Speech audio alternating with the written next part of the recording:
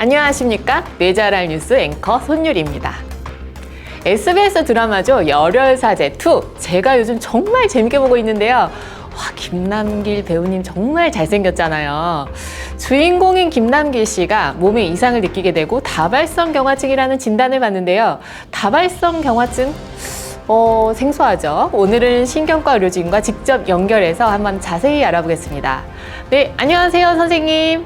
네, 안녕하세요. 네, 다발성 경화증. 일반인들에겐 아직 좀 생소한데요. 어떤 질환일까요? 네, 다발성 경화증은 우리 몸의 뇌, 척수, 시신경 등 중추신경계를 구성하는 신경세포에 반복적으로 염증이 생기는 만성 염증성 질환입니다.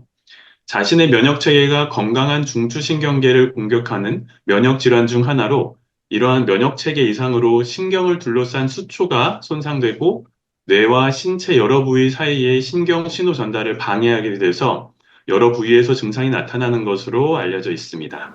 아, 그렇군요. 그렇다면 주로 어떤 분들이 이 질환을 앓을 가능성이 높을까요? 그리고 세계적으로 이 병을 앓는 사람이 혹시 많은가요? 세계적으로는 약 250만 명의 환자가 다발성 경화증을 앓는 것으로 알려져 있습니다.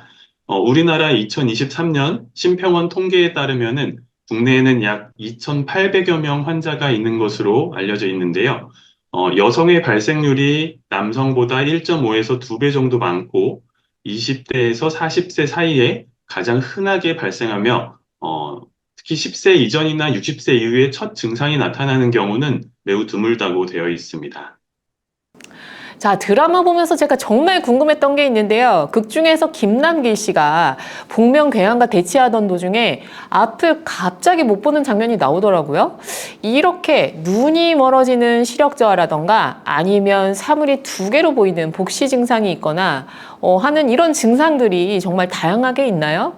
실제로 다발성 경화증을 앓았던 할리우드 배우 크리스티나 애플게이트의 경우에 이분이 말하자면 체중이 본인이 18kg가 늘었다고 하는데요. 이 체중 변화도 증상인지 아니면 여러 가지 다양한 증상들이 있다고 알려져 있는데 주로 어떤 증상들이 있는지 한번 설명해 주시겠어요? 다발성 경화증은 천의 얼굴을 가진 질환으로 불릴 정도로 증상이 매우 다양합니다. 뇌졸중이나 치매, 파킨슨병 같은 증상이 유사한 다른 질환과 오인되는 경우도 그래서 굉장히 많은데요.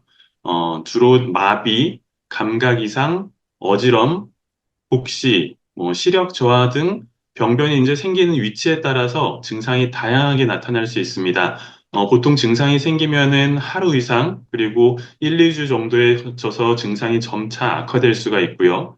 발병 초기에는 장애 없이 증상이 호전되는 경우가 많지만은 시간이 지나고 점점 재발이 반복되고 나면은 완전히 회복되지 않고 장애가 남는 경우가 많기 때문에 초기 진단과 적절한 치료가 중요합니다. 특히 질병 초기에 약물 효과가 훨씬 좋기 때문에 가능한 빠르게 진단을 받고 조기부터 치료를 시작해야 장기적으로 좋은 예후를 기대할 수가 있습니다. 치료가 정말 중요하겠네요. 그렇다면 다발성 경화증은 어떻게 치료를 하나요? 네, 치료는 재발의 빈도를 낮추고 장애의 진행을 최대한 억제하는 데 목적을 두는데요. 급성기 치료에는 주로 고용량의 스테로이드를 사용해서 급성 염증 반응을 억제시키고 필요시에는 혈장 교환술과 같은 더 높은 단계의 치료를 필요로 하기도 합니다. 다발성 경화증 진단 후에는 되도록 빨리 장기 재발 방지 치료를 시작하는데 최근에는 주사제 외에도 환자의 편의성을 높일 수 있는 고효능의 경구제, 투약 횟수를 줄인 주사제 등이 이제 개발되면서 선택의 폭이 굉장히 넓어졌습니다. 예전에는 발병 후에 5에서 10년 정도가 지나면은 장애가 남고 이런 경우가 대부분이었는데 이제는 발병 초기부터 적절히 치료한다면 진행을 늦출 수 있고 장애 없이 일상생활을 할 수도 있습니다. 다만 워낙 다양한 증상들을 보이다 보니까 조기에 진단이 어려울 수 있고 이런 조기 진단을 위해서는 경험이 많은 선생님, 신경과 선생님을 뵙고 신경과 전문의 진단이 매우 중요하다고 하겠습니다. 네, 답변 감사합니다. 마지막으로 다발성 경화증을 앓고 계신 환자분들께 전하고 싶은 당부나 이런 다른 말씀이 있으시면 한번 부탁드립니다. 사실 다발성경화증은 전 세계적으로 약물 개발이 굉장히 활발히 이루어지고 있는 질병 중에 하나고 우리 그 신경과 의사들도 질병을 극복하기 위해서 굉장히 많은 연구와 노력을 기울이고 있습니다. 최근에는 정말 많은 신약들이 같이 개발되고 나오면서 질병 초기부터 이런 좋은 치료제들을 사용하면은 예전과 달리 정말 좋은 예후를 기대할 수 있고 우리가 평소에 생각하는 그런 고혈압 같은 질환이라고 생각하시면 될 것 같은데요. 관리를 잘 한다면은, 평생 동안 관리를 하면서, 장애를 일으키지 않고 잘 지낼 수 있는 병이라고 생각하시면 될 것 같아요. 어, 사실 다발성경화증은 굉장히 드문 질환이고 특히 우리나라에서는 더 드문 질환인데, 왜 나한테 이런 질환이 생겼지 하면서 굉장히 원망스럽고, 이런 병 자체가 원망스러울 수도 있을 것 같습니다.